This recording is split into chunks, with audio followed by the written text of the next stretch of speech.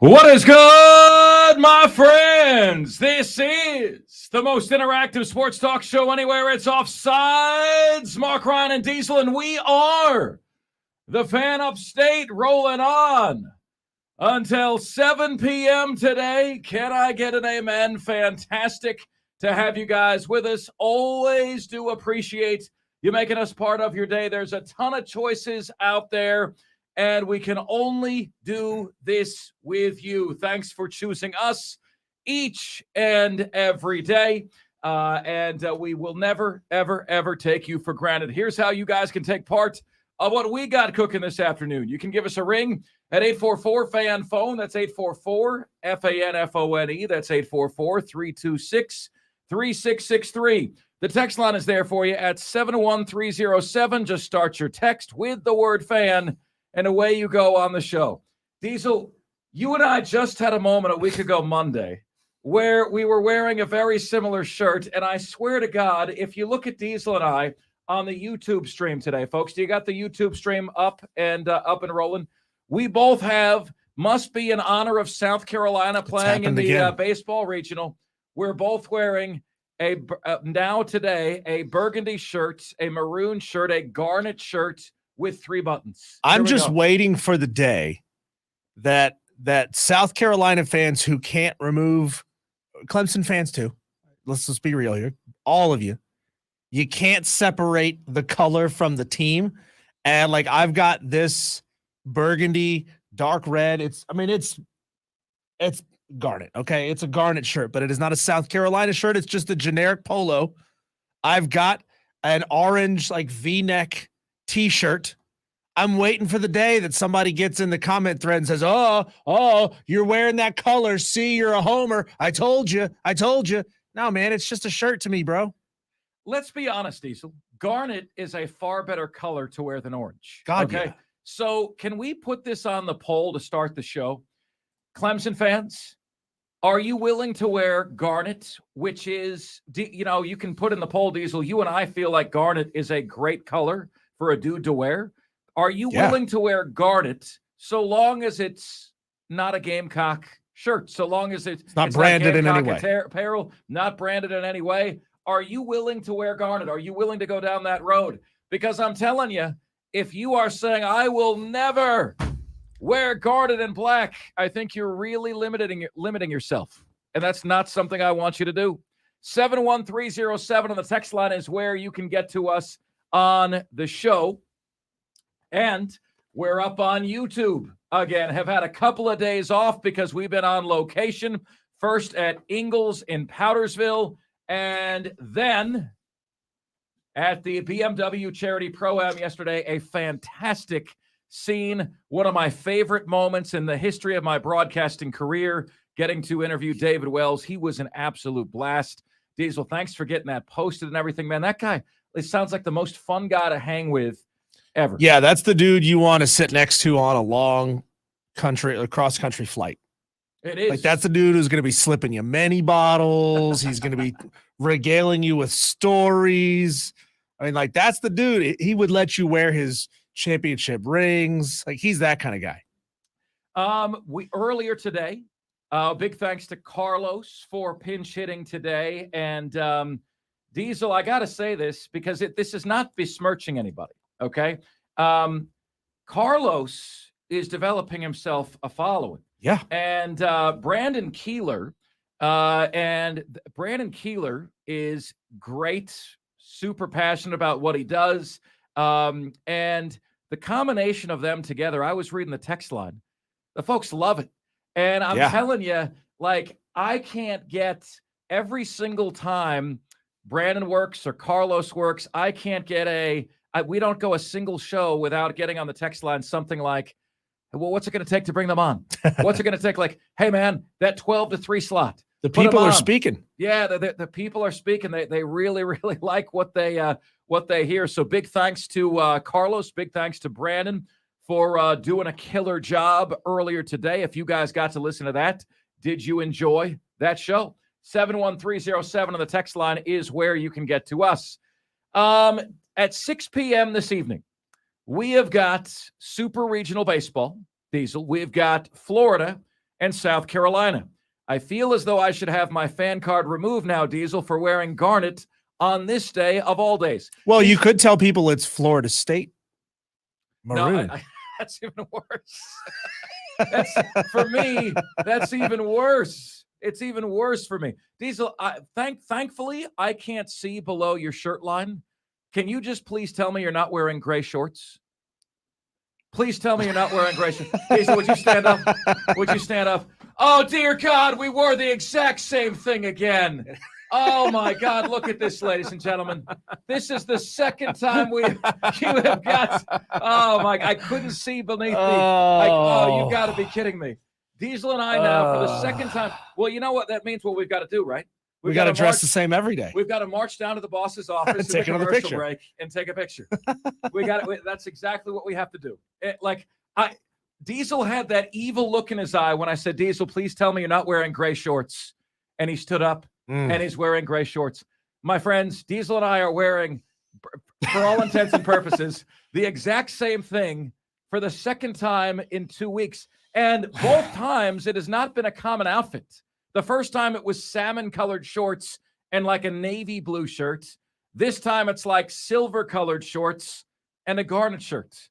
What is going on with our color palette, man? I can't explain it. So anyway, we've established now that we need help. As if you guys didn't already know this. Hello.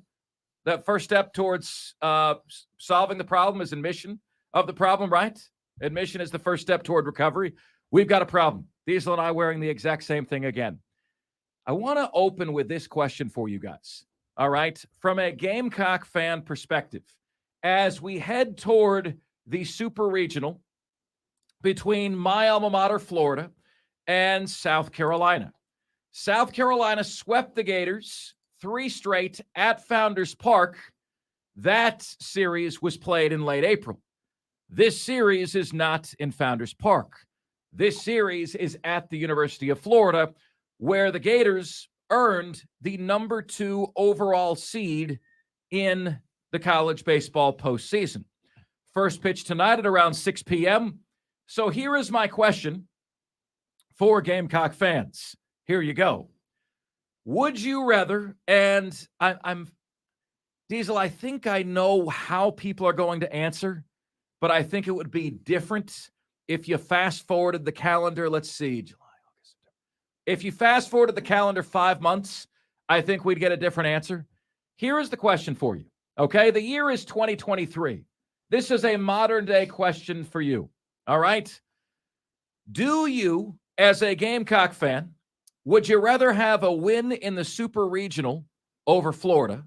Okay, which means you guys move on to the College Baseball World Series, or a win over the Gators on the gridiron, which is just a regular season win. It doesn't guarantee anything, but it is by far the more popular of the 2 sports. Now, Diesel, before we put this out there, okay, how do you think the vote on this is going to go?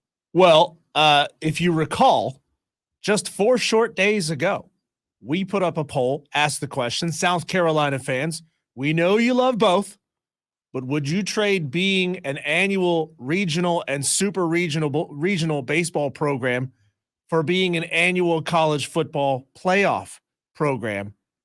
70.4% said they would rather be a perennial football playoff team. Right. So they said, look, all this success in baseball, it's been fun.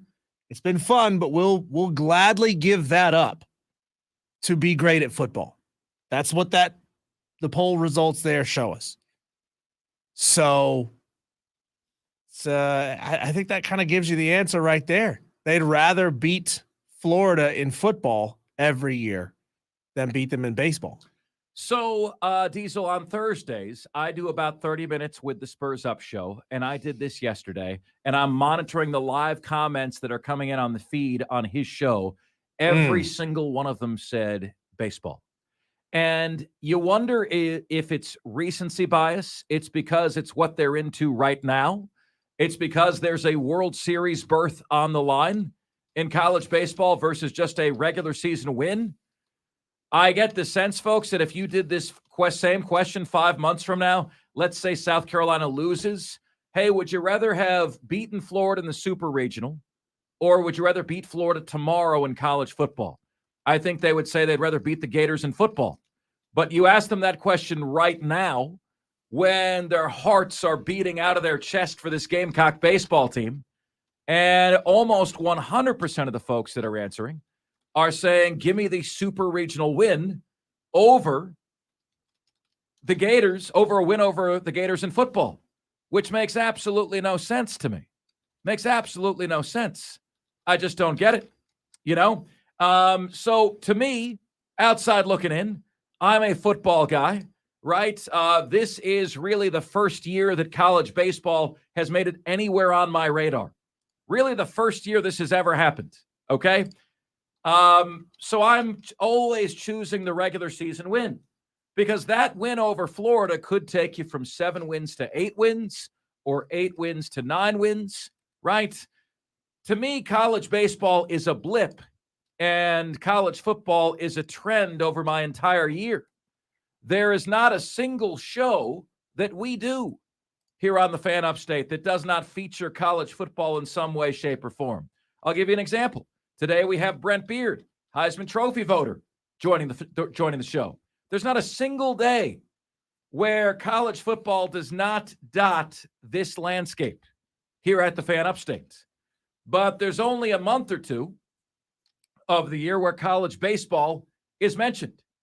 So I am honestly, folks, surprised that so many folks are saying, give me as a Gamecock fan the Super Regional win over the Gators over a win over Florida in football. If you could just have one or the other, but not both, which would mean more to you? This is how we're wording the poll. It's going to go up here just momentarily. South Carolina fans, would you rather beat Florida tonight in baseball or beat Florida October 14th in football? Can you do this, Diesel? Can you make an amends? Make it win the series, win the Super Regional. Okay. Win the Super Regional against Florida, or beat Florida in November, right? Because that is when they play the Gators, is in November. And that's the offer that you have, right? Beat them now, or and sorry, Diesel, they play Florida October 14th. So you can go to this, beat Florida in the Super Regional, you go to Omaha, all right? Or you beat Florida in October in football. A single game in the regular season in football, or you go to the College Baseball World Series. Which would you rather have? If you're a Clemson fan, how would you answer this? You know, let's pretend it's your baseball team. You rather win a Super Regional, or would you rather win a regular season football game? Which would matter more to you? Spur Daddy says, I'd love to win both, but I'll take the win in Gators over football over baseball. Spur Daddy, that's exactly how I feel, brother. That is exactly and precisely how I feel. But it's not the answer that I'm getting. These Gamecock fans are showing you that they just might be the very best college baseball fans in America. How about that? Coming up next on the show, a battle of the sexes? Question mark? A battle of the sexes! Exclamation point. That is next here on the most interactive sports radio show anywhere. It's Offsides. Mark Ryan and Diesel, and we are the Fan Upstate.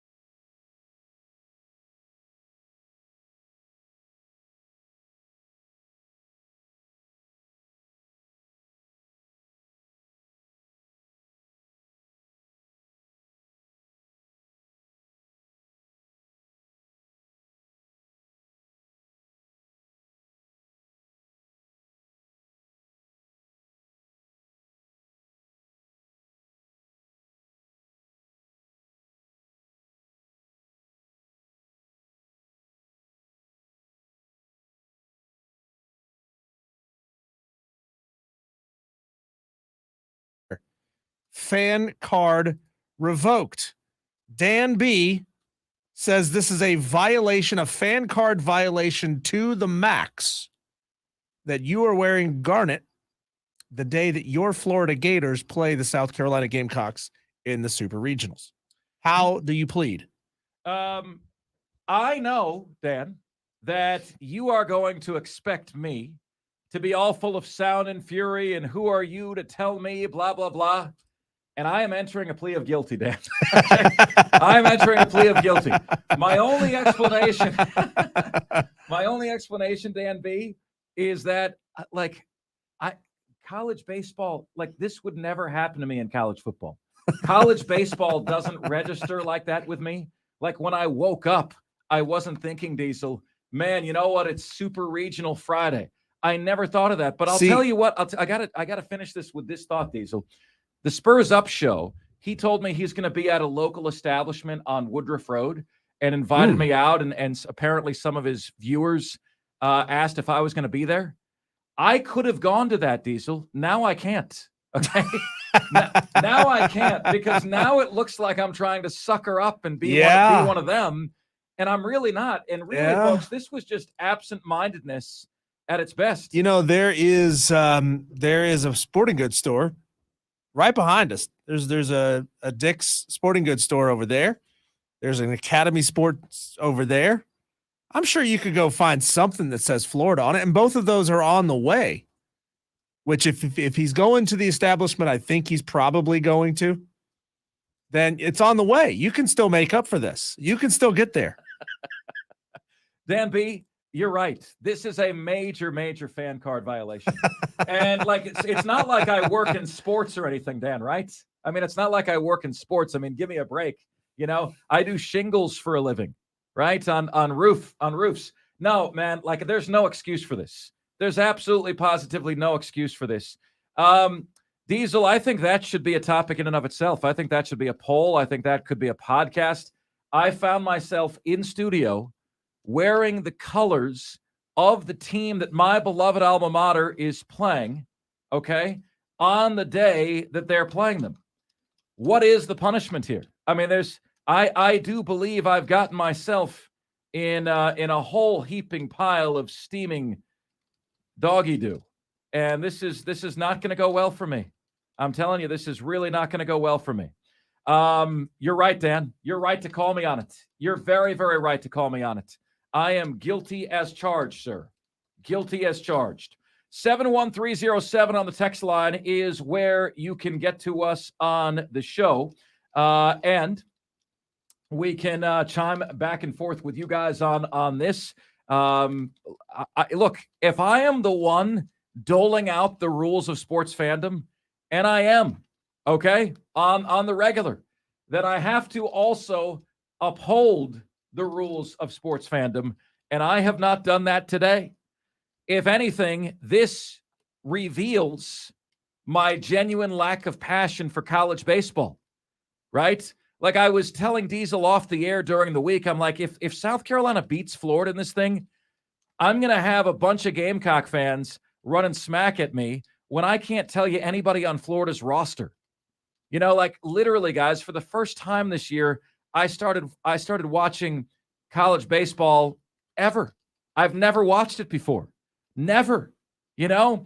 And you think about, you know, where college baseball is. What I care about is what's important to you guys. Full admission, full stop. I didn't know that college baseball was as popular as it was until this year, because South Carolina's had a few off years. Clemson's had a few off years. People told me college baseball was big. I wasn't really experiencing it. Now I'm experiencing it. 3 teams in the state hosting a regional. It's like I'm having to rip off the training wheels without any practice here. Spur Daddy questions if all the 10%ers have turned you into a Gamecock fan. He also says, sorry, you're not going to find any Florida gear at that Dick's store. Mostly Clemson and Furman. Well, good news is, Spur Daddy, he doesn't have to find something that has a Florida Gator logo on it. He just has to find something that is Florida Gator blue. That's it. That's all you got to do. I had that on yesterday. I had the station shirt on yesterday. The Gamecock fans on the Spurs Up show were saying, "You're wearing Florida blue." That's what they were saying. So anyway, what a violation this is, man. Wearing garnet, wearing garnet on a day. How could you have been so reckless? My school is playing the garnet. Diesel, I want to see you wear blue and silver on a day where App State is playing Georgia. I am perfectly within my rights to wear this today because I'm not rooting for either team. No, you're not. You are against the rules. Very, very much so. Very much so. So, guys, we've kicked around quite a bit the fact that college basketball is far more popular than college baseball, right? The numbers speak for themselves. The Final Four in college basketball is viewed as a 10 rating. The College World Series gets a 1. Now, you can go through year by year, and what you will find is that is almost exactly on point. You'll find years where the Final Four got a 12. You'll find years where the Final Four got an 8. You'll find years where the College World Series got a 0.8. You'll find years where it got a 1.2. But you average them together, the Final Four roughly gets a 10 rating, and the College World Series gets a 1. That's not to say it's more popular here, but nationwide, it's far more popular. Now, 12 of the last 20 years, the World Series has beaten the NBA Finals in television rating. Well, why is that? College basketball destroys college baseball. 12 of the last 20 years, the World Series has beaten the NBA Finals. How about the 20 years before that? The World Series was 20-0 over the NBA Finals in the 20 years before that.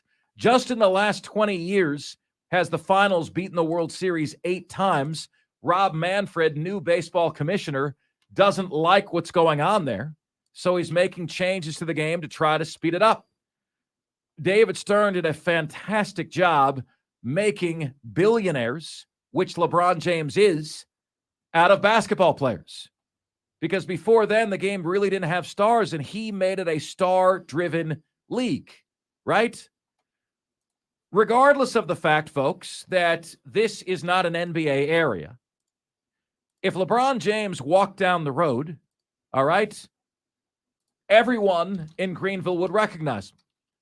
You know, I'm looking across the street here. There's a Core Life Eatery across the way, Diesel. If he walks into Core Life Eatery, everybody knows who he is. If the best player in baseball, Shohei Ohtani, walks down the street, Diesel, I'm going to be real with you. I don't know if I know who he is. And do you recognize Shohei Ohtani? Shohei Ohtani could be hanging out at a drive game and people wouldn't recognize him.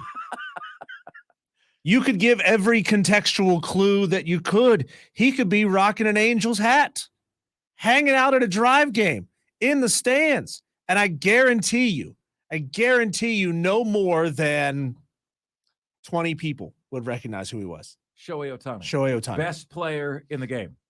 Mike Trout walking down the street. How many of you recognize him? Versus LeBron James walking down the street. Everybody recognizes him. I'd say it's 80% recognize LeBron, 20% recognize Ohtani. And then you had what happened yesterday, right? And this ties into the topic here, is the fact that Oklahoma topped Florida State for their 3rd straight NCAA softball title. And Oklahoma has now won 53 straight games and counting. Oklahoma did not lose a game in the postseason. They didn't lose a game in the regional, didn't lose a game in the super regional. Clemson came the closest to beating them, lost 9-8 in the second game of their regional, then goes to the College World Series, doesn't lose a game there. Beat Florida State 3-1 last night, thankfully preventing the Seminoles from winning a national championship, thereby making my misdemeanor, Diesel, of wearing garnet today, that would have made it a felony. I would have worn garnet the day after Florida State won a national championship. Yeah.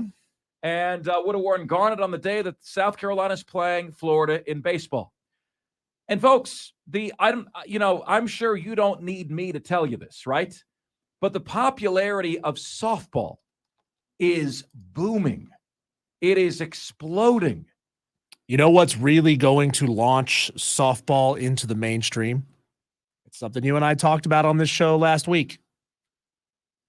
being played by increasingly high number of pretty girls. And you know what you can do with pretty girls? Get your head out of the gutter. You can market them. You can market pretty girls. It will work.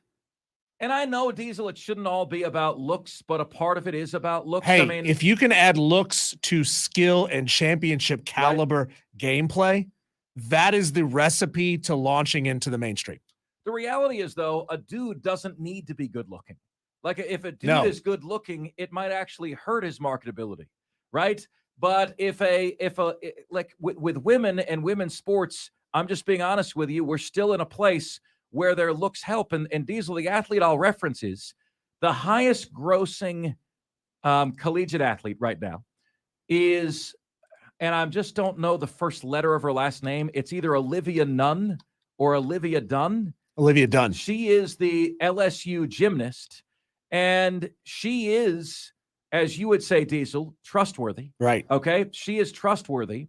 And in part because of that, she is the highest grossing NIL earner in all of sports, including Caleb Williams, including any football player. Who do you think, Mark, has a larger social media reach right now today?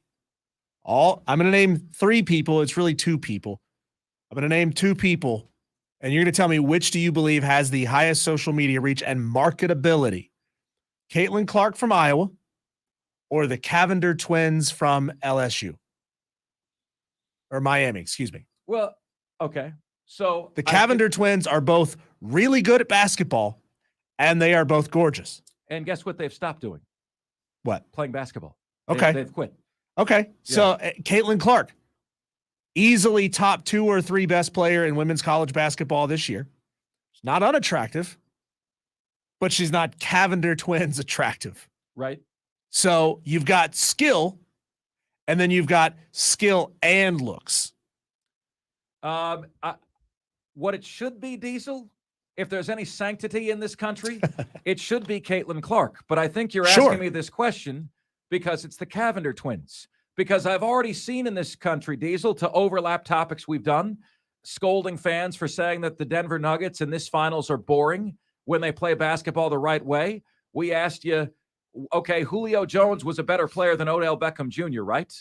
Well, Julio Jones has 500,000 followers. Odell Beckham Jr. has 2 million. Julio Jones is a better player. Odell Beckham Jr. is flamboyant, is dysfunctional, is filled with drama. He's got 2 million followers. What do we have here? What do we have here? Right? Yeah. So do the Cavender twins have more? I don't know. I'm just saying that they are more marketable because they are more attractive. And I'm not saying that that's the right thing that we should be focusing on in this country. It's just a fact. I'm not here trying to argue with you and change the facts. I'm just telling you what the facts are. Mad Craft says on YouTube, it's why restaurants put pretty girls at the register and not in the back. It's smart because it's good business. Yeah, it is. It's good business. Diesel, why is it that, you mentioned, and I would say, Diesel, if I'm ranking the attractiveness of athletes, and I'm incorporating men and women here, okay? I would say gymnastics is 1, okay? I'd say soccer is 2. Mm-hmm. I'd say tennis is 3. That's my 1, 2, 3. You might make a point that softball is on the verge of entering that triumvirate, mm-hmm. and you might be right. They might be entering that medal stand sooner than later. But I think it's tennis, soccer, gymnastics are the top 3 in terms of attractiveness, men and women. Is it mostly because these games are now televised? When you only had ESPN and not the Ocho and not all these other ESPNs and not all these CBS sports networks, NBC sports, you didn't need to have available programming hours to air softball. So softball was never on TV. But it's booming as a youth sport. I can give you another example of this, Diesel. One of my best buds from college was here in March because his daughter is in rising junior and wanted to see what Clemson softball was about. They're going to be back here in 2 weeks for another softball tournament right here in the area. Is it because it's televised and giving this a platform It has exploded. The Oklahoma coach was talking about this, saying, we've been under immense pressure. We've never had bigger crowds. And all of this attention and all this hoopla has put a lot of pressure on my team that, frankly, when I was playing, I didn't have. My niece is in middle school, and she is absolutely addicted. That's literally all she thinks about. She eats, sleeps, and breathes softball. That's all she thinks about. I mean, it helps that my sister is a Clemson graduate, so she was able to pull her to a team that's really, really good, but she's just addicted to it. That's literally all she thinks about. Roger Carper on our YouTube channel. Man, this one's getting a little bit out there. He says, softball pants look better on a hot chicken than basketball shorts. And then Madcraft questions, did you mean to say chicken? This is where you guys can chat it up with each other during the show. If you love listening to the show, if you love texting us, by all means, keep doing it. But you guys get to chat with each other in the YouTube thread. So go to YouTube, search the Fan Upstate, subscribe to our channel, click the bell icon so that you get a notification sent to your phone when we go live.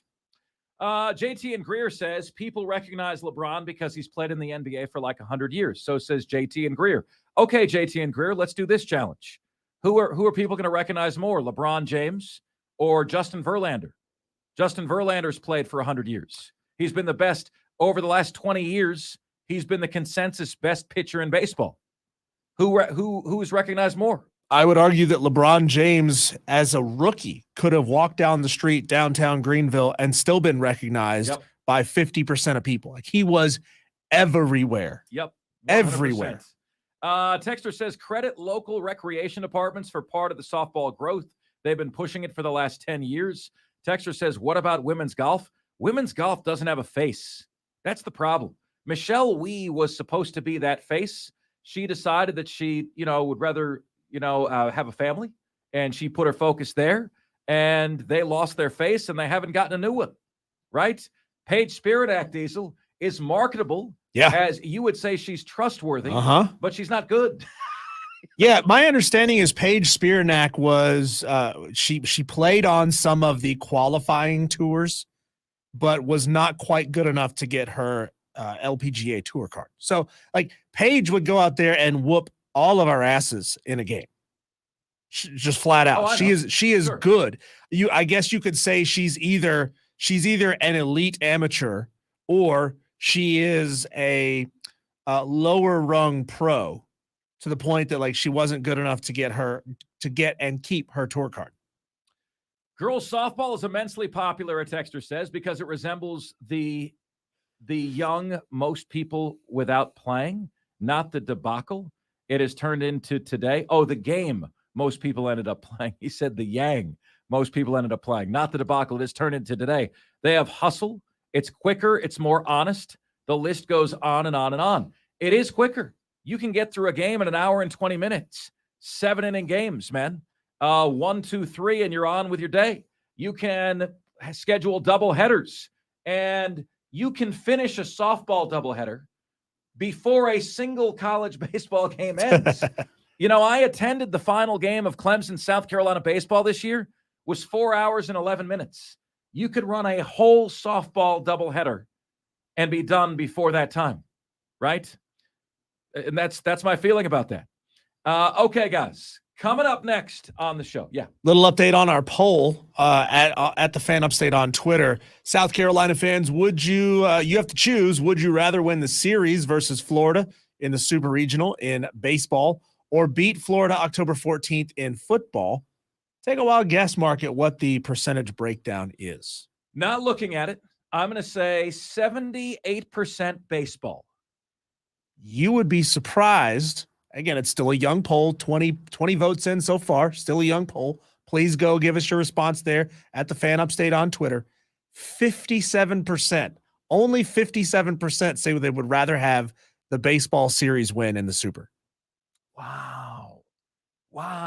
See, I still think it should be 90% football, Diesel. 90%. But which is funny. I told you that it would reflect the results that we had earlier in the other poll that we had regarding being a super regional team versus being a football playoff team. 70% say they would rather have football elite success than baseball. And a great post from Dan B on the YouTube page right now. He says, look, softball is on ESPN. Baseball's on ESPN too. Yeah. Enough said. And it has consistently been that. Why? Because softball is getting the number. College baseball, it feels like there's 500,000 teams, whereas in college softball, Diesel, there's 4 or 5 really good teams. So it's kind of like Lakers Celtics, Bulls Blazers. You know who UCLA, Oklahoma, Florida State, Florida. You know who these great softball teams are. Here is my bold prediction.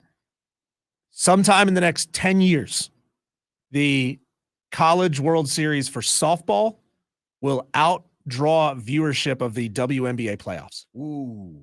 College women's softball will be bigger than WNBA. Okay, well, Diesel, how do you know it isn't already? Can you look it up? Can you Yeah. can you check it out? It Check might it be out. bigger already. Now, I know the women's Final Four rating squashed any game ESPN has had in the last 10 years, any NBA game that ESPN has had. Now, it was a Final Four game.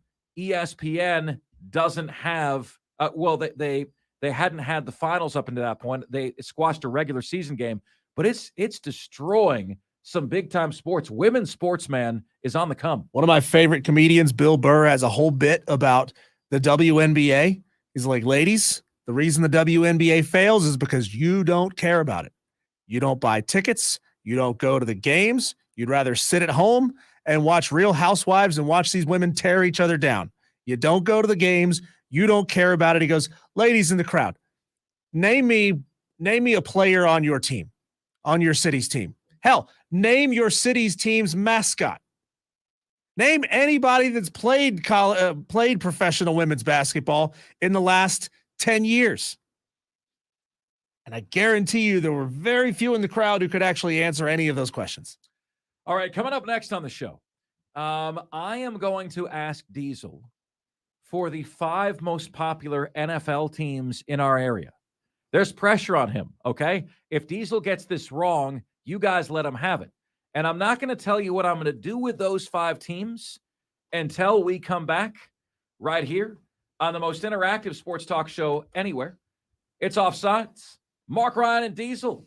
And we are the Fan Upstate.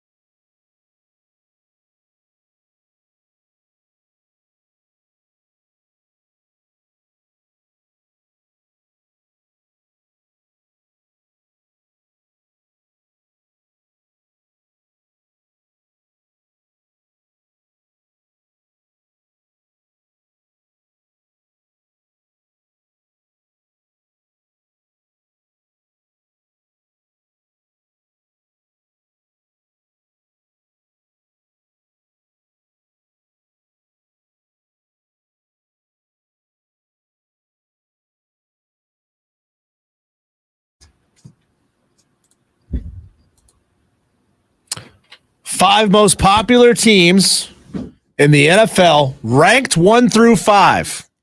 This is my challenge. This is my albatross, and I'm going to wear it around my neck if I'm wrong. I'm going to say, Mark, number 1 is Carolina. Number 2, Atlanta. Number 3, Dallas. Number 4, Pittsburgh. And number 5, Green Bay. 5 most I did not hear Buffalo in your top 5. Oh. Very interesting. Was that an oversight? No, it wasn't an oversight. It's just it's a building franchise. They've been elite only now for a couple of years. Right. Okay. So I'm going to tell you, how did Diesel do? Carolina 1, Atlanta 2, Dallas 3. Was it Pittsburgh 4, Diesel, and Yes. Green Bay 5? Correct. That's what I said. Those are Diesel's impression of the 5 most popular NFL teams here in the upstate. And one of my friends has already texted me, Diesel, with you doing this, you're killing me. You're killing me with this ranking. Dallas, he's got Dallas number 3. So here's what we're going to do, guys. Believer, is that you? No. Texting in? No. I'm going to, that is Gary Fry texting in. I'm going to tell you how each of these teams is going to do. Carolina's over-under is 7.5, Diesel. I'm going to go under, but just under. Bryce Young, I think, is going to be good. I'll go 7-10 for the Panthers this year. Oh, wait. So my list here was just opinion-based? It wasn't based on any kind of polling data? No, I wanted your opinion. Because okay. Just my opinion. Yeah, okay. opinion. I thought I was actually trying to guess the results of some sort of polling data. No, I wasn't trying to depants you here, Diesel. I wasn't trying to embarrass you in any way. Well, if you depants me, at least we wouldn't be wearing the same color pants. That'd be great. We are wearing exactly the same. What color underwear are you wearing? If you hang on a second, I'll tell you. Blue, Diesel. No, bleep. Are you kidding me? You're wearing blue? Oh, my goodness gracious. Mine are blue with little otters on them. Oh, my goodness gracious. We've even got the same underoos on today, ladies and gentlemen. What is going on? Okay. Oh, man. You said Atlanta number 2, over under 8.5, way below 8.5, Diesel. I go 6-11 for the Falcons this year. The Cowboys, you said were number 3. The over-under is 9.5. I'll go over the 9.5. I'll go 11-6 for the Cowboys this year. The number 4 team was the Pittsburgh Steelers. Kenny Pickett had an okay rookie year, and Mike Tomlin wins more than he loses every single year. So if they could do it with a rookie quarterback, what makes you think they can't do it with year 2? Kenny Pickett. Pittsburgh Steelers go 10-7. They are over the 8.5 over-under win total. And then at number 5, we've got the Green Bay Packers. Diesel said, you guys tell him where he's right and wrong. The 5 most popular teams in the upstate are, in order, number 1, Carolina, number 2, Atlanta, number 3, Dallas, number 4, Pittsburgh, number 5, Green Bay. Green Bay, the over-under is 7.5 wins. Jordan Love taking over for 1 Aaron Rodgers, and Green Bay is going to be well under the 7.5 wins this year. I'm going to go 5-12 for Green Bay this year, easily under 7.5 wins. So I have Carolina under, but just barely. 7.5 wins I have, 7-10. Atlanta's over-under is awful. They say 8.5 wins. It's the same as the Steelers. Atlanta. I go 6-11. Dallas over-under is 9.5 wins. I think that's fairly easily over. 10-7. Gary Fry, here's to you. Number 4, Pittsburgh Steelers. They win every year. So they're going to be over 8.5 wins. And then Green Bay, no Aaron Rodgers, no chance. Well under 7.5 wins. I'm going 5-12. We have just told you how the 5 most popular teams in the upstate are going to fare. What say you guys about that? We've got our show's best friend, Brent Beaird, Heisman Trophy voter, joining us next, right here on the most interactive sports talk show anywhere. Offsides, Mark Ryan and Diesel, and we are the Fan Upstate.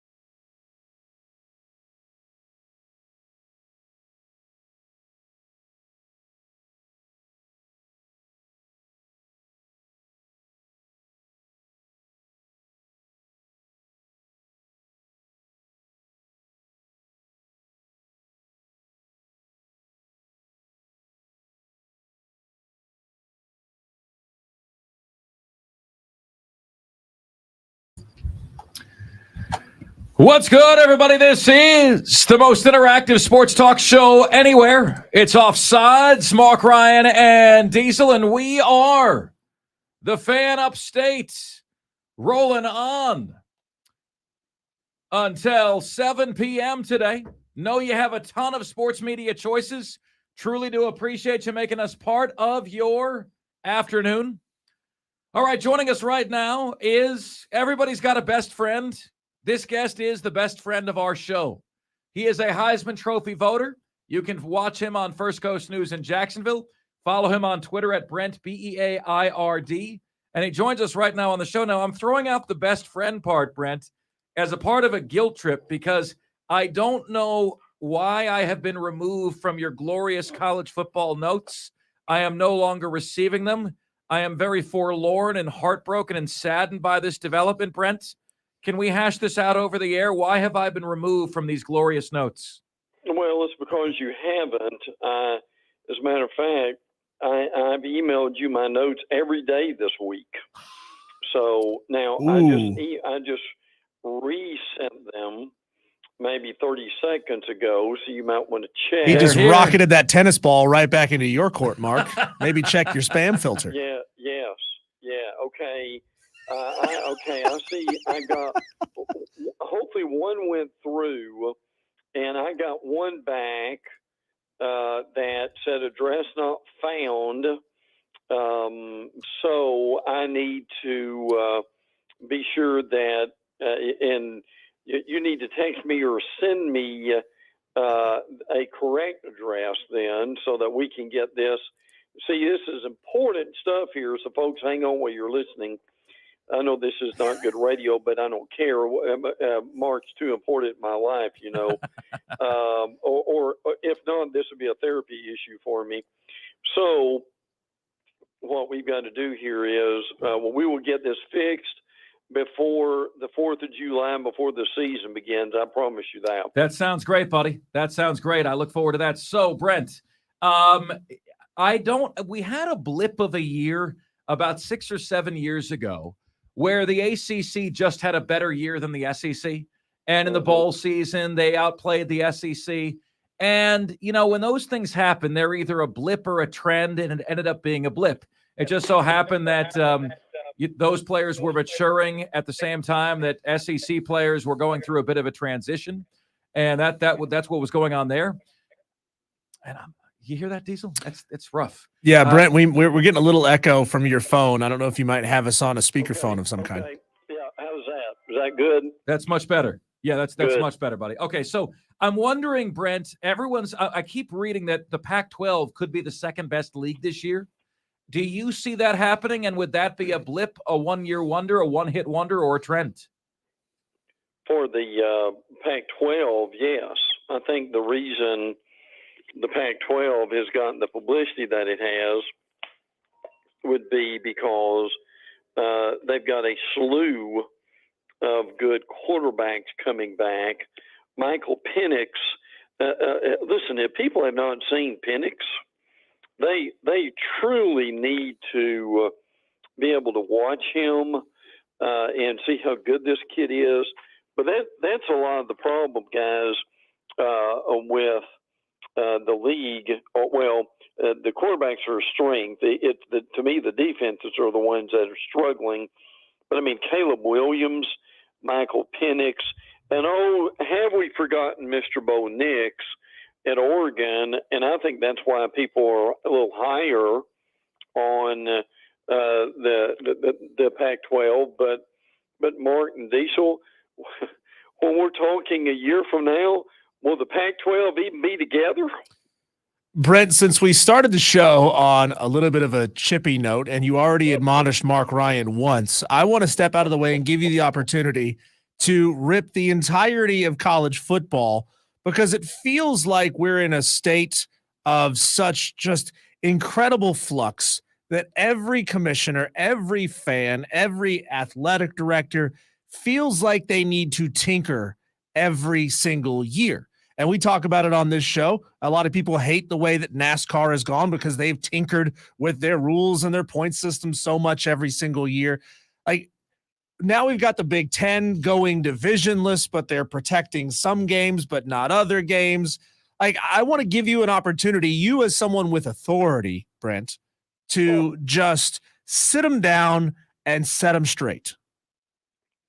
Well, first of all, let me say that any remarks that I made to Mark were made in love, and he knows that. So we just wanted to be sure to get the email straight, and I include him every day in whatever I send out. But to your point, there still has been more change in college football in the last 3 to 5 years than the previous 30. So, frankly, I think we're finally maybe catching up a little bit. That's a good analogy to compare it to NASCAR. And I don't think we're there yet, but there has been more changes than we know. Now, the biggest change, obviously, is to get everything in line with the playoffs expanding to 12 teams next year. So that's I think why we're seeing a lot of the changes. Now, we're also going to see some changes, and this is worth getting into at some point today or soon. The calendar for December, that's about to change. But the other thing here is they dropped anchor a few days ago. The SEC, and I agree with what Diesel's saying, but the SEC can still be rather lost in the times. And some people would argue that that's what happened to them when they stayed with 8 conference games instead of being more progressive and building your brand even more and going to 9 conference games. So it's kind of a mixed bag right now, is it not? Brent Beaird, Heisman Trophy voter, joining us here on the show. Brent, how do we know what to make of Tennessee this year? With no Hendon Hooker, no Cedric Tillman, no Jalen Hyatt. They've got the architect, Josh Heupel. They've got Joe Milton, who's got a cannon for an arm. But I'm beginning to see, and it's like already in year 3 of Josh Heupel, we're just grandfathering them into second place in the SEC East, the best challenger, biggest challenger to Georgia. And I just don't know, like, how do we know that Tennessee isn't just going to fall off to what they've been every year but the last year, back again here in 2023? Well, I think it's because everybody thinks they're going to do what they did last year, which is score, he said facetiously, 50 points a game and put up 1,000 yards a game. And if you do that, that is automatically going to put you in the playoffs, and that is still not the case. Now, again, we're not sure on Milton. We think that Jabari Small would be a pretty good running back. We know Brew McCoy, Squirrel White, one of our favorite names, will be good wide receivers. We think the offensive line is going to be good.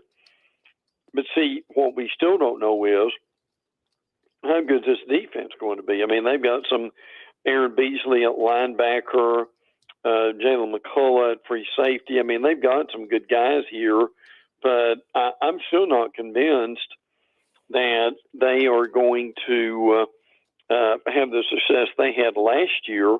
And again, you remember they did tail off a bit last year too. I will give you and this is for entertainment purposes only, but I would give you an extremely dangerous game for them. They play at Florida on the 16th of September. They play UTSA on the 23rd, and then they play South Carolina and Texas A&M the next 2 games. That UTSA game could be 52-50. UTSA is that good. They're ranked by some folks. They've got a really good quarterback. So I'm throwing. Can I do this early, Martin Diesel? Can I do it early? Can I throw out a warning? I'm putting a buoy in the ocean, and it has light coming on it. And besides the light flashing, listen to Mark Ryan every day. Also, what it's got on that buoy is beware of UTSA against Tennessee. Is that okay to say that? Down with me, buddy. Down with me. That's a really good upset alert pick. Really good in the offseason. You know, Diesel's always trying to figure out the biggest potential group of 5 upsets. He is the group of 5 flag waiver, Brent, and that could be a great one right there for you. Brent, I'm fairly certain that all 3 of us, you, Mark, and I, at some point in our lives, had dated someone that was just not right for us. Using that analogy, Brent, will Colorado and Arizona, the 2 programs from which the most smoke is rising as it relates to conference realignment right now, give the Big 12 what they're looking for? Why those 2? I mean, the obvious reason for Colorado would be Prime and the attention that he gets right now. But I'm going to tell you, the thing about this is, and I was listening to some national shows today. Now, they weren't as good as Mark Ryan, but I listened. So the reality is, that, and the point that the host made, and I agree with him, is as much attention as Prime has gotten, the reality of it is it's so early in his Division I career, he just hadn't done anything. And I think that's a fair thing to say. And that's not even a criticism. And that would be the definition of knee-jerk to go after Prime. Yes. And it's a thing to where, okay, we think Prime's is going to be the greatest coach ever eventually. I don't necessarily agree with that, but we just don't have enough information to know that. And as far as anybody else, so Colorado's Prime. Anybody else at this point, Diesel, would be, as far as expansion, would be television market and how much money could they bring in. And that's why, you have everybody says yes to Notre Dame, and they're questioned a lot of these other schools because they wouldn't bring in that much money. So good question, but that's usually the reasons why. And you could throw academics in there too. People are going to say, academics, what are you talking about? These presidents, and that's who make decisions, and these commissioners, they like these schools who are members of the, I believe it's the AAU, that academic council. If you can do that to strengthen your conference, they like that because they make the decisions. Brent Beaird joining us here on Offsides. Mark, Ryan, and Diesel, the fan upstate. Speaking of Colorado, Brent, what is the biggest obstacle to winning there? I ask you that, Brent, because I lived there when I was 13, and they won a national championship when I was there. Oh, yeah. There was no obstacle to winning then, but it seems like, when most folks talk about Colorado these days, they talk about geographical hurdles to stockpiling talent that didn't exist in the year 1990. So what is the hurdle to win there for Deion? Well, I'm obviously going to be talent. I mean, how many kids from that state, and I'm not criticizing the state necessarily, but do they have you've got to, one of the important things is you've got to be able to recruit your state that you're in. And that's what makes Alabama and Georgia and LSU so good, is they've got a state you can do that. And obviously, are they in the right conference right now? That's another possibility. Also, but they've really struggled lately with talent, with coaching. I mean, to just name whatever the category is important to college football. It just has not been there at this point. That doesn't mean that now Prime's stirring up a lot of excitement. Is he going to be up? And I'm not saying he doesn't have talent, because they do. But the reality is, can he get enough talent there over the next 3 or 4 years where they can win and win big? Brent Beaird, Heisman Trophy voter. Brent, who do you like as a dark horse candidate for the Heisman that too few of your other Friars Club members have on their radar? Maybe people would have laughed at this earlier, but maybe a Bo Nix that could, I think, maybe has gotten better and maybe ready for a I think he's a possibility. I think you've got several guys, frankly, in the SEC that if they were able to have a big year, and again, I'm not convinced Joe Milton's a guy at Tennessee, but with Heupel's scheme, that thing could take off. And I'll give you another one: is Jaden Daniels at LSU, that dual threat. And again, I don't like this, but it's the reality of it.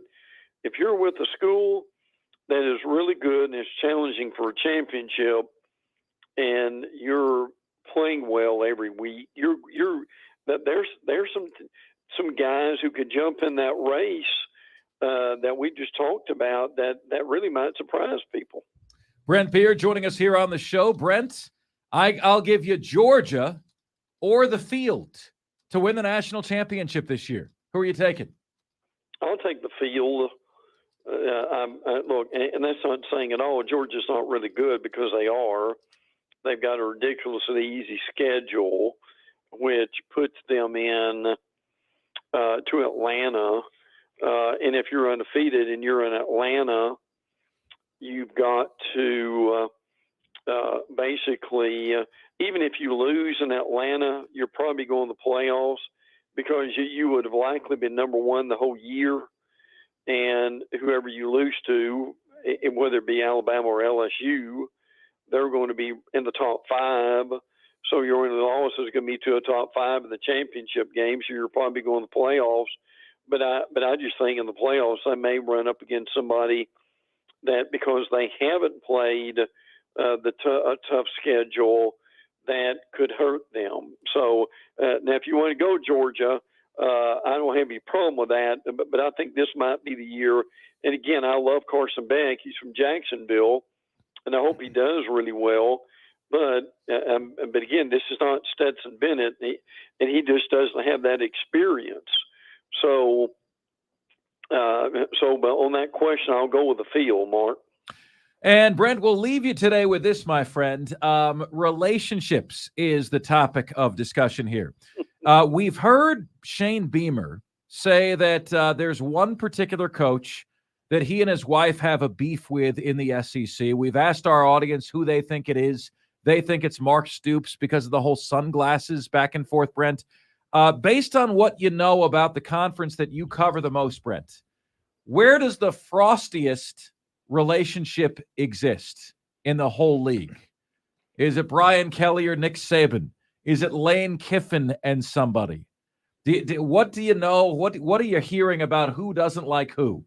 I think the sniping you've seen, and I don't think that this is that much of a secret, is between Lane and Texas A&M.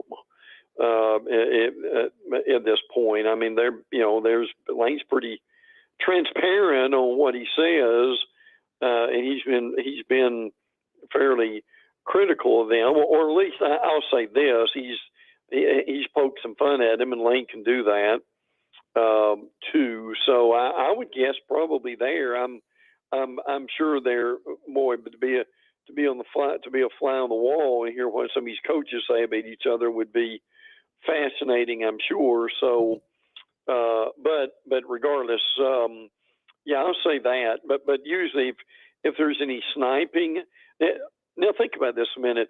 It's usually within your own division, but au contraire, next year we're not going to have divisions. Remember, so will Mark and Diesel, the sniping will that go from divisional sniping to outside the non-existent division anymore to the entire league? What do you think?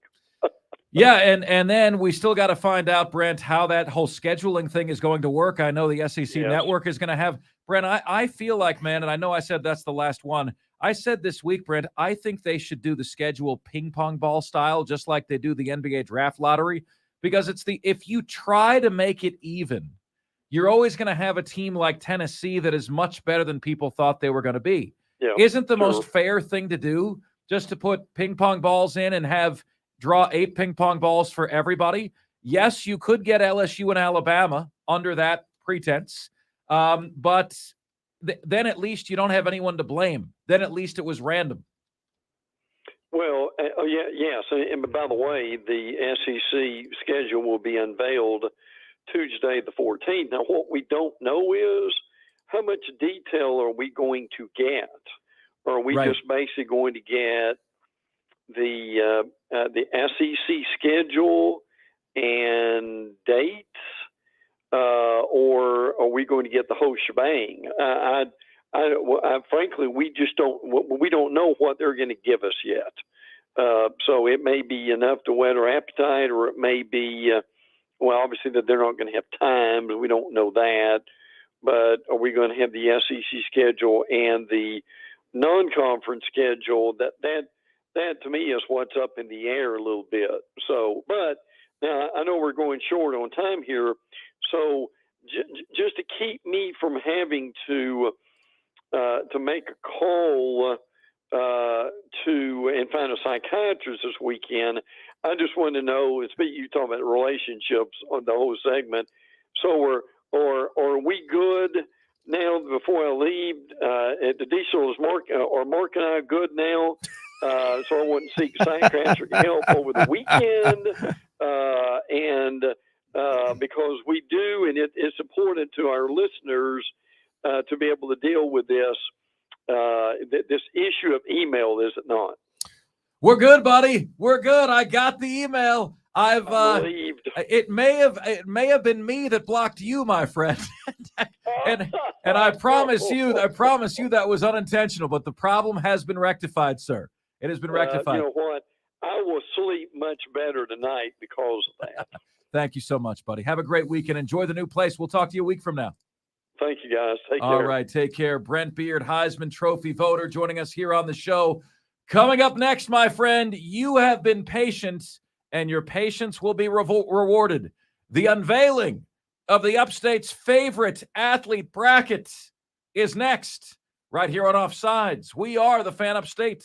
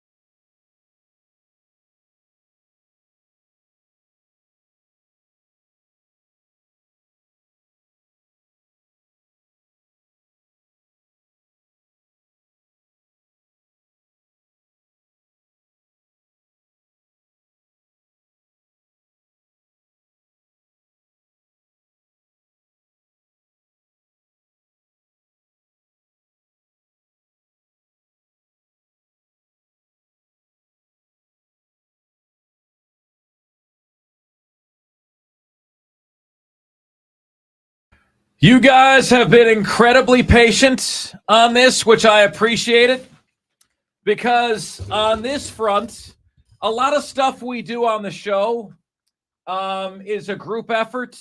This one to me, because of how you guys submitted nominations, so on and so forth, was entirely a solo mission. Entirely a solo mission. So having to put this together, compiling this, so on and so forth, I want to let you know, folks, that I hold in my hand right here the first and final and only Fan Upstate's favorite athlete bracket. Over the next few days and weeks, we will take your votes to determine who the Upstate's favorite athlete is. I would like to, at this time, unveil the bracket to you. Okay, I'd like to, at this time, unveil the bracket to you. So here we go. Now, I want you guys to let me finish, because you're going to immediately be saying, but what about, and I'm going to tell you in 1 minute. Here are the regions of our bracket. A 32 athletes, Upstate's favorite athlete bracket. We have the GOATS region, the Hall of Fame region, the MVP region, and the Rushmore region. All right, in our Upstate's favorite athlete bracket, 8 athletes per bracket. So here we go. In the GOATS region, number 1 seed, Marcus Lattimore. 2 seed, Jim Rice. 3 seed, Clyde Mays. 4 seed, Sam Weish. 5 seed, Larry Nance. 6 seed, Stanley Morgan. 7 seed, DJ Swearinger. 8 seed, Ryan Sims. How did we do? In the Hall of Fame region, the number 1 seed, Shoeless Joe Jackson. The number 2 seed, DeAndre Hopkins. Number 3 seed, Michael Roth. 4 seed, Pistol Pete Maravich. 5 seed, Sidney Rice. 6 seed, Sheila Foster. 7 seed, Adam Humphreys. 8 seed, Bill Haas. In the MVP region, 1 seed, Kevin Garnett. 2 seed, Stephen Wonderboy Thompson. 3 seed, David Pearson. 4 seed, John McKissick. 5 seed, Stephen Davis. 6 seed, Tony Rice. 7 seed, Josh Norman. And 8 seed, Lucas Glover. And finally, in the Rushmore region, number 1 seed, Betsy Rawls. Number 2 seed, Debo Samuel. 3 seed, Zion Williamson. 4 seed, William Refrigerator Perry. 5 seed, Al Rosen. 6 seed, George Webster. 7 seed, Anthony Simmons. And 8 seed, Steve Fuller. Now, I know what you're saying. There's wait, Mark. There's a couple of names here that you said were going to be in the bracket, and I did not hear their names. That is because today, my friends, we are going to have some of the names that I just shared with you are not fully in. We are going to have our first matchups today that are going to be play-in matchups to get to the 8th seed. All right? Our first matchup, Diesel, and if you can handle your guy, Diesel, I will handle the guy he's up against. In the GOATS region, all right, in order for the right to get to the 8th seed, all right, in this region, we have a battle between Armonte Edwards of Appalachian State and Ryan Sims, all right? Armonte Edwards and Ryan Sims. My friends, the voting for the Fan Upstate's favorite athlete bracket of the Upstate is open right now. Get us your votes. Text them in, call them in, 71307 on the text line. Guys, if you are on YouTube, please text us your votes. I need to keep the votes in one place. If you want to call your vote in, that's totally fine as well. We've got Ryan Sims against Armonte Edwards in our first matchup today. Okay? Now, Ryan Sims played for Dorman High School is from Roebuck, South Carolina. Went to North Carolina for college. In the NFL draft, was the 6th overall pick in the draft as a defensive tackle. Now, Ryan Sims had a decent, not great NFL career that spanned 9 seasons, in which he played for the Kansas City Chiefs and the Tampa Bay Buccaneers, but was an All-American in 2001, was first-team All-ACC in 2001, had 143 tackles in the NFL, 8.5 sacks, and 1 forced fumble. He is going up against Armonte Edwards. Diesel, what can you tell us about Armonte? Armonte Edwards, straight out of Greenwood, South Carolina.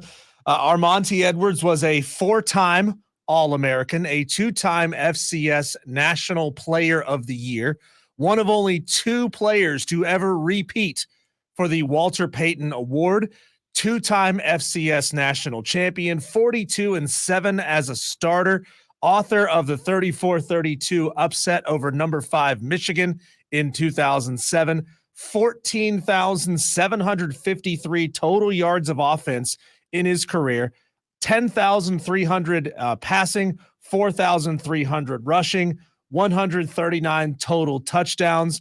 He was the FCS record holder in career rushing touchdowns by a quarterback at 65, and most seasons with 3,000 plus yards of total offense, of which he had 4. Armonte Edwards was drafted, I want to say it was in the 3rd round.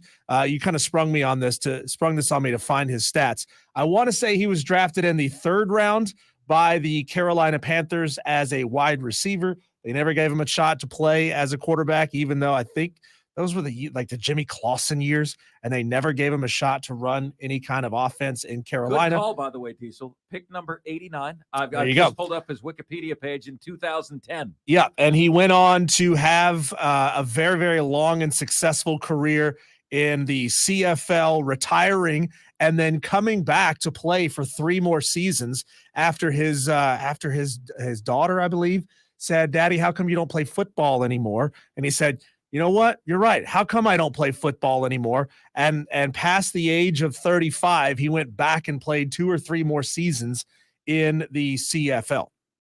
There you go. So, folks, it is now time for you to get your votes in. 71307 is where you can get it. Armonte Edwards was, Ryan Sims was a 1st-round pick in the NFL draft.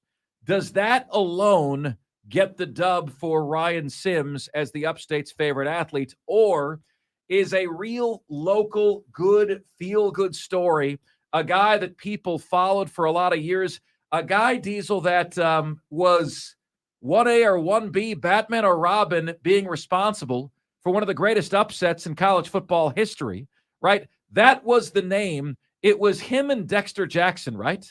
Yes. It was he and Dexter Jackson that single-handedly castrated Michigan on national television for everyone to see. And so he's a local kid from right here. Do you guys value more being a number 1 draft pick, Ryan Sims, or being part of one of the greatest upsets in college football history, one of the principal participants, Armonte Edwards? Let us know. 71307 on the text line, guys. Send us your votes. Armonte Edwards or Ryan Sims? Armonte Edwards is one of only 2 Division I players ever with more than 10,000 passing yards and 4,000 rushing yards in their career. The other one, Colin Kaepernick. Wow. Only one of 2 with that many yards. Wow. So we got, let's see here, votes coming in. Ryan Sims, go Dorman. Armonte Edwards, so says Spur Daddy. Armonte Edwards, Ryan Sims, Dorman alumni from Madcraft. Diesel says he's the GOAT at App State. Texter says Armonte Edwards. Diesel, if you could get this vote up on Twitter and on Facebook, I will count the votes on Facebook when they come in, because at last check, I still think we don't have a great poll option. No, there is no poll option on Facebook. On Facebook. So that is, folks, the first matchup. You have any questions on the bracket? Do I have a sweet looking graphic yet for the bracket. I do not, but we're working on that. I am going to, once we have the 32, we will put those names in a bracket. We're going to have a couple of days of play-in matchups just to solidify this, because as I was cracking this thing down to 32, there was no good reason to hack a few of these guys. There was just no good reason to do it. So that is our first matchup of the day. Our second matchup of the day, I'm going to reveal at 5:20 this afternoon. Okay, 5:20, the second matchup will be open for you. I'm going to take votes on this for 24 hours. So as soon as Diesel hits publish, 24 hours from the minute, we will count the votes. And if you want these guys to advance in the Upstate's favorite athlete bracket, you know what you need to do. Texter has a vote for our Monty Edwards, Greenwood High 2006 class represents. Early slight lead to our Monty Edwards over the Ryan Sims. The singular elite moment of beating Michigan, superseding Ryan Sims, being the number 6 overall pick in the NFL draft. Here's how we can do this, Mark, and we can make it super, super easy. We can just have them thumbs up for one player and heart for the other player on Facebook. That's great. Whichever one gets the most wins. That's fantastic. Then you don't have to go through and count votes. There you go. Thumbs up for one, heart for the other. That's on Facebook. You can vote in a poll on Twitter. And that is what we will do, my friends. So the Upstate's favorite athlete bracket is underway. I think this bracket is going to be a ton of fun. And by the end of this, we're going to know who the Upstate's favorite athlete actually is, with you guys being a principal part in determining it. All right, we've got college baseball super regionals coming your way later today. We are all over that. Next, right here on the most interactive sports talk show anywhere, it's Offsides. Mark, Ryan, and Diesel. And we are the Fan Upstate.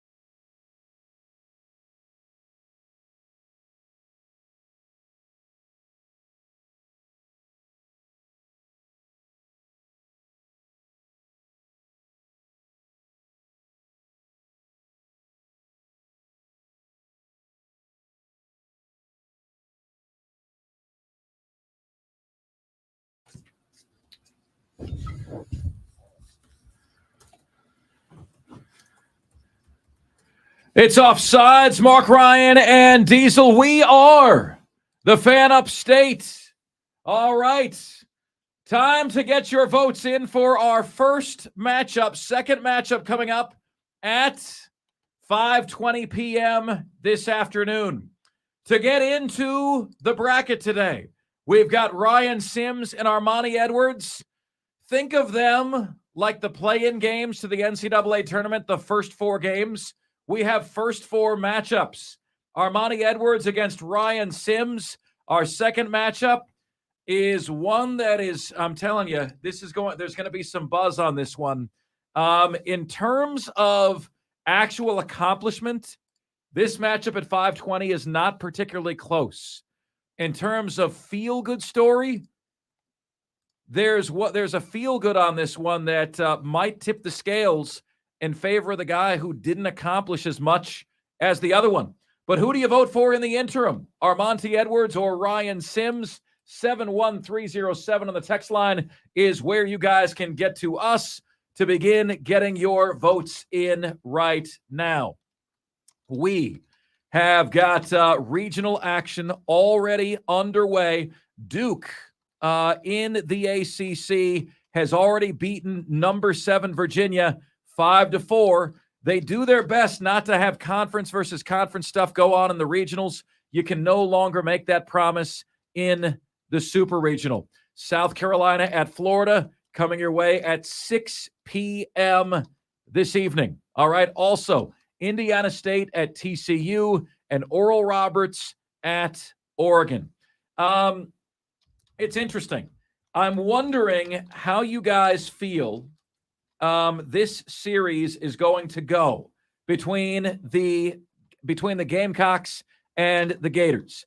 The Gators are higher seeded. The Gators are playing at home. The Gators have also been swept by this very Gamecock team earlier this year, despite the fact that that series was played in Columbia, right? How about some super regional odds? There's 8 of them. LSU, a -260 favorite over Kentucky. What does that mean? That means if you want to win $100 by betting LSU, okay, you got to bet $260 to win $100 on them because LSU is the favorite. Virginia was a -195 favorite over Duke. They lost 5-4 earlier today. Oregon, narrow spread. -165 over Oral Roberts. That one is close to 50-50. TCU, a pretty sizable favorite, -220 over Indiana State. TCU, of course, upended one of the most significant favorites, Arkansas, the 3 seed. And folks, of all of the regionals here, the second narrowest odds are the Gamecocks against the Gators. The Gators are at -150. South Carolina is at +120. If you bet $100 on the Gamecocks to win this series, you win $120. You got to bet $150 on Florida to win $100. But that is the second narrowest odds in the entire regional. The regional that is the biggest coin flip, Stanford against Texas. Stanford's -125. Texas is -105. That's essentially 51% to 49%. Home field advantage is considered the difference. But Gainesville, the Gainesville Regional, Super Regional, Florida against South Carolina, is second on that notch. What do you guys think? I'm going to go Gators. I'm going to go Gators in large part because they're playing at home. And I'm going to go Gators because I've got to think that in really high-pressure situations, the inconsistency that the Gamecocks have shown this year is going to rear its ugly head. I do think it goes the distance. I do think it's decided in either the bottom of the 8th or the bottom of the 9th inning in game number 3. But I am going to go with the homer pick.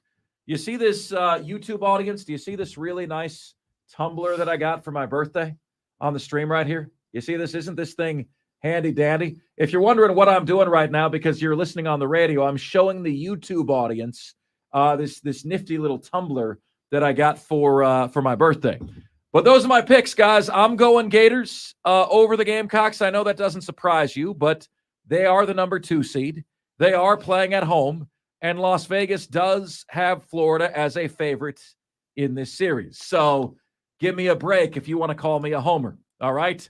71307 on the text line is where you can get to us. We have got the top 5 at 5 coming your way next, right here on the most interactive sports talk show anywhere. It's Offsides, Mark Ryan and Diesel, and we are the Fan Upstate.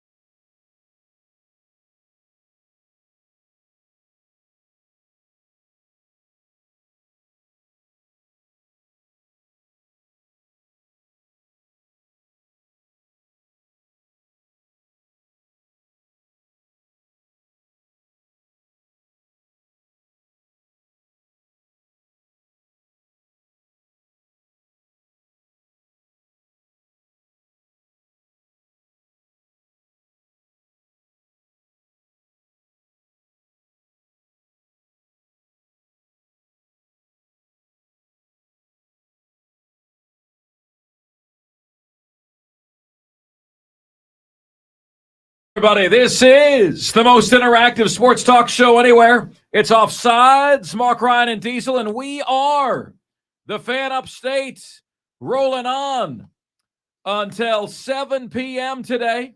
Know there's a ton of choices out there. Genuinely appreciate you making us part of your day. Spur Daddy says the Gators are going to win the Super Regional. See, this is an objective fan. He's the biggest Gamecock fan around. And yet he says the Gators are going to win Game 3 on a walk-off single 5-4 and win the series 2-1, which is essentially, Spur Daddy, exactly how I see it. You fought for the home field advantage. You got the home field advantage. Now it's up to the Gators to capitalize on that. But we've got $1 million question for you on this Super Regional. And it's all parts of what we're going to do right now. You guys know it as the top 5 at 5. The top 5 biggest sports stories of the day. The top 5 topics we're discussing. Ladies and gentlemen of the Upstate, Offsiders. The top 5 at 5 starts right now. And now, the top 5 at 5. And 5, 4, 3, 2, 1. Hit it. 5. All right, at number 5. We have $1 million question for you guys to ask today, and it is as follows. If you are a college baseball fan, whether you are Clemson or South Carolina, if I offered you a win in the Super Regional or a win in the college football regular season over the same team, which would you take? Which would you accept? You see, my friends, we have asked that question of you today. We said to you guys, if you're a Gamecock fan, would you rather beat Florida in the Super Regional baseball tournaments, or would you rather beat Florida in college football earlier this year? And Diesel, this poll done blown up, man.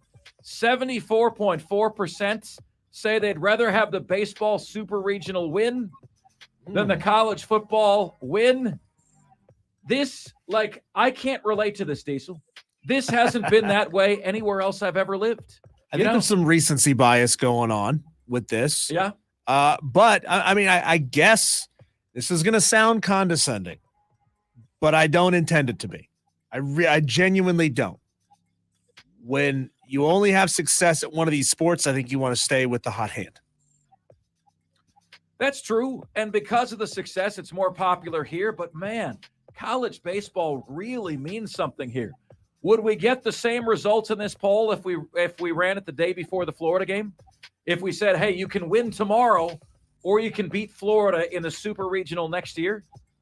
I think they take the football win. But right now, they're really into it. They're really invested.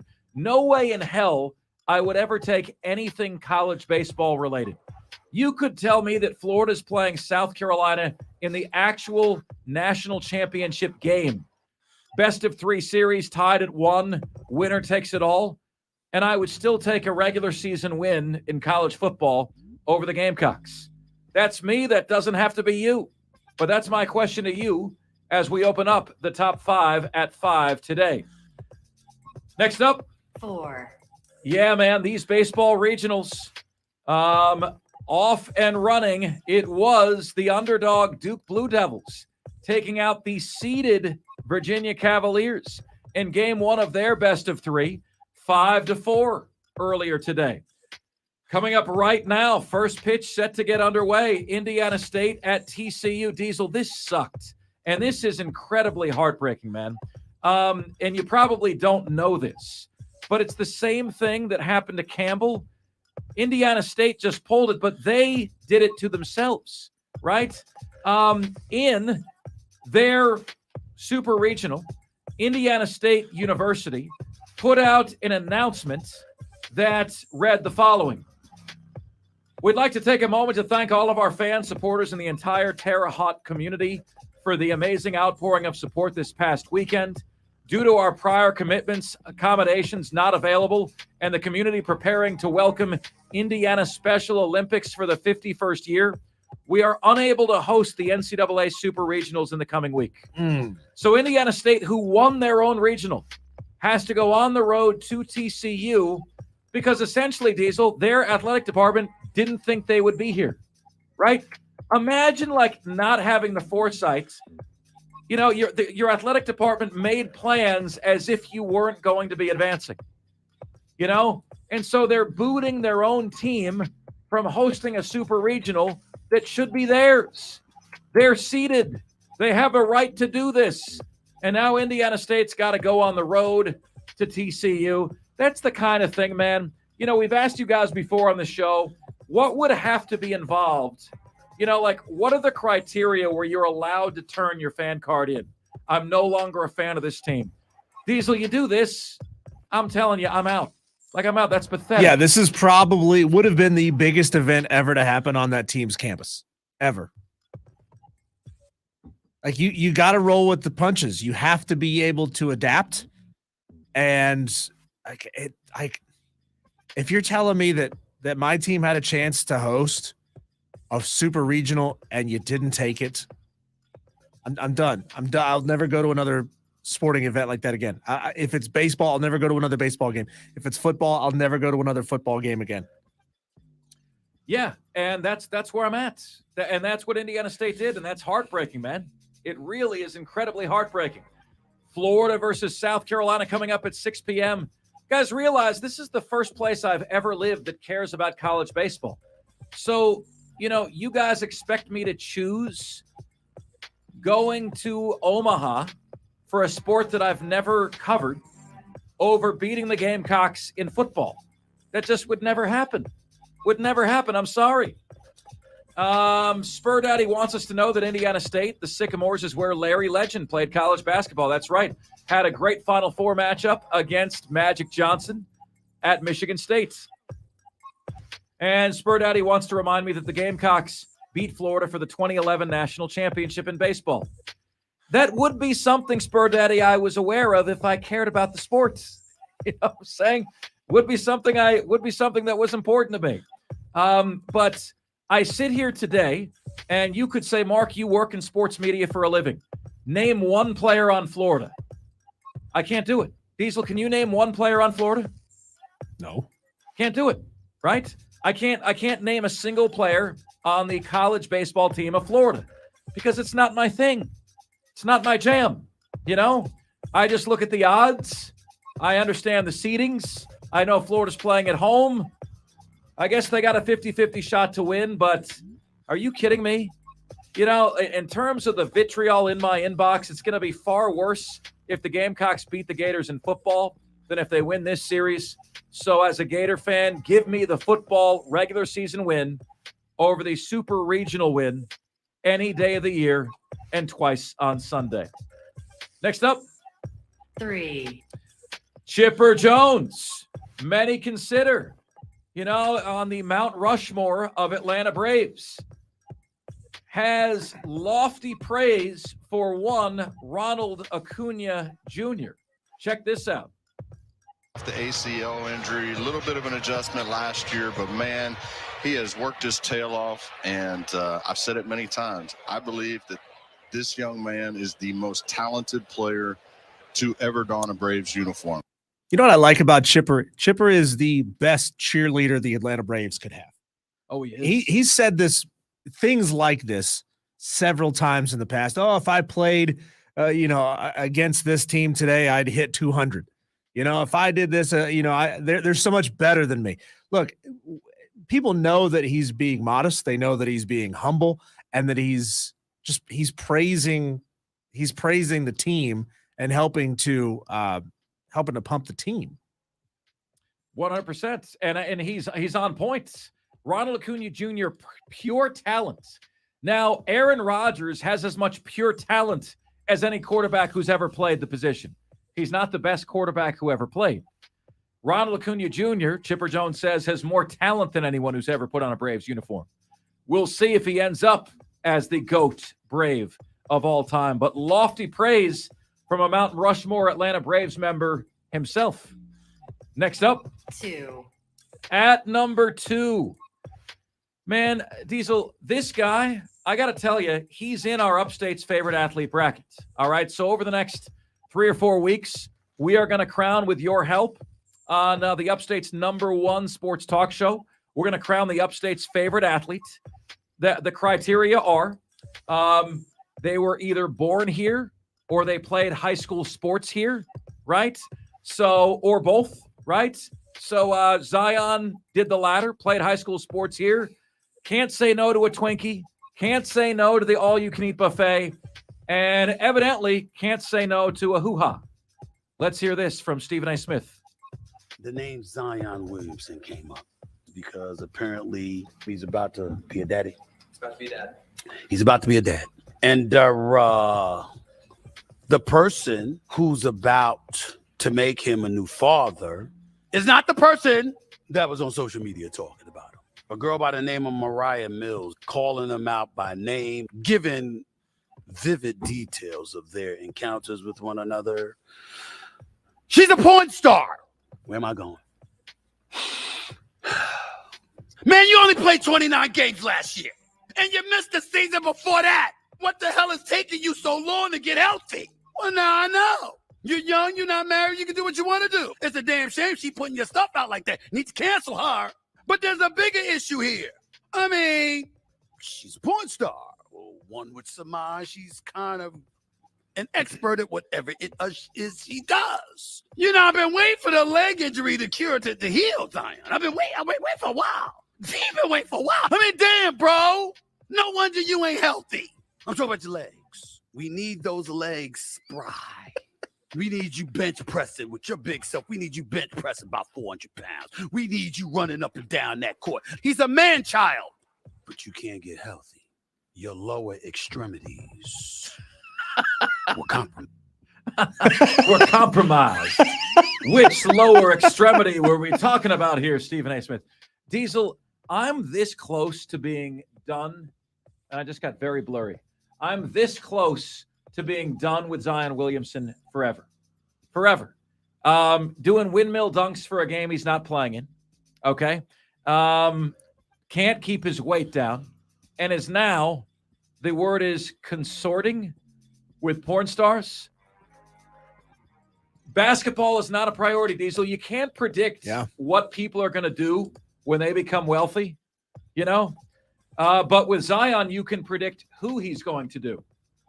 And that's what's happening off the court. He very clearly wants all the trappings that come with fame, but he doesn't want to put in the hard work required to be famous for a long time. It's a damn shame. That's all you can say. And Zion, I'll already tell you guys this, would have made it a lot further.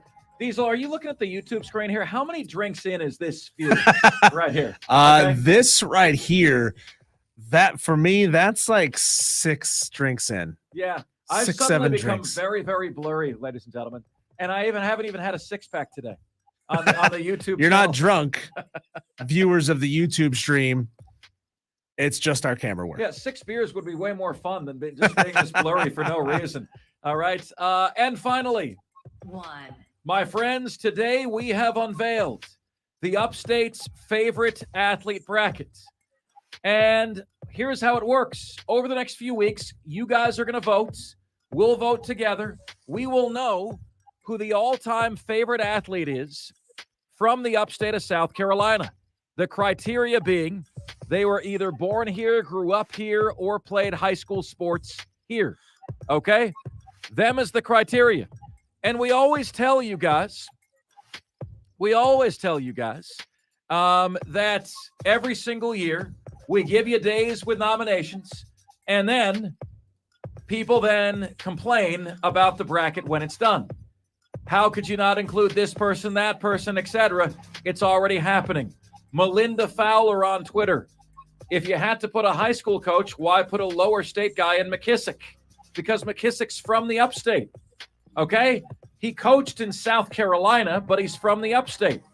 When you have legends in the upstate like Louis Golden in Riverside or Paula Kirkland from Dormond, guess what, Melinda? You never nominated Louis Golden. You never nominated Paula Kirkland. You didn't nominate them. The same thing happens every single bracket we do. We say, guys, warning, every year there are folks that are upset that person A, B, or C did not make the brackets. You had a chance to nominate them. You did not. At this point, there's nothing we can do, and it's not our bad. But we have unveiled the Upstate's favorite athlete bracket today. And here's what we have to share with you. We've got 4 regions.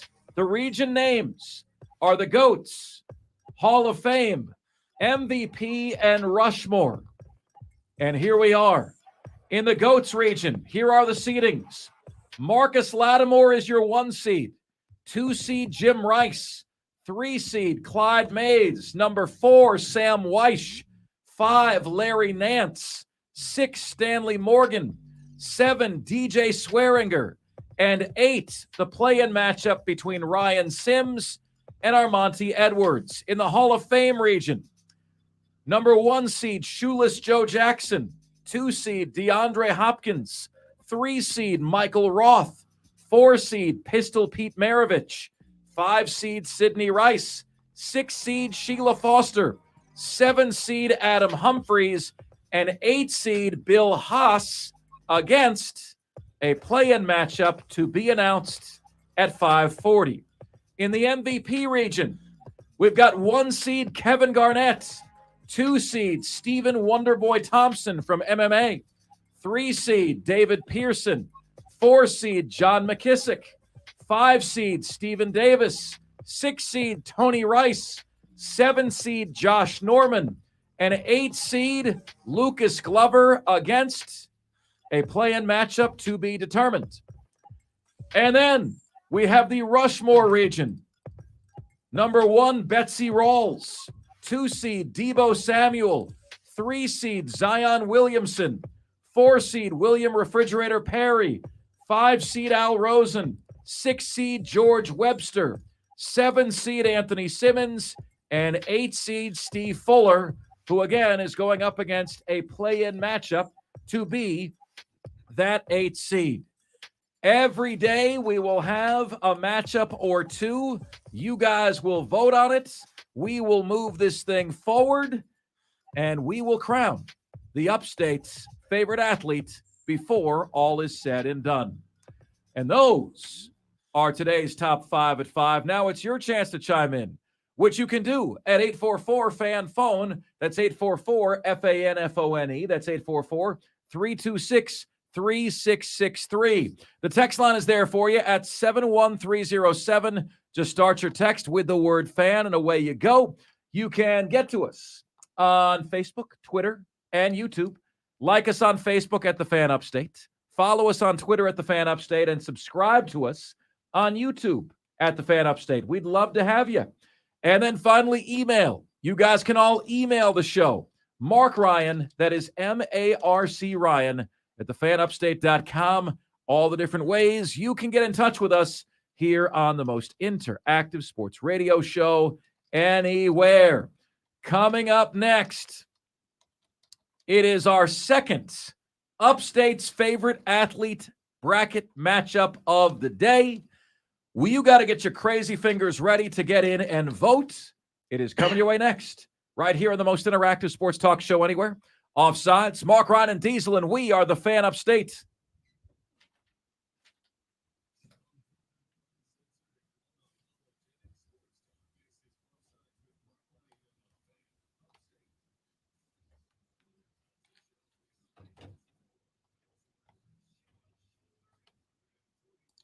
We have got the top 5 at 5.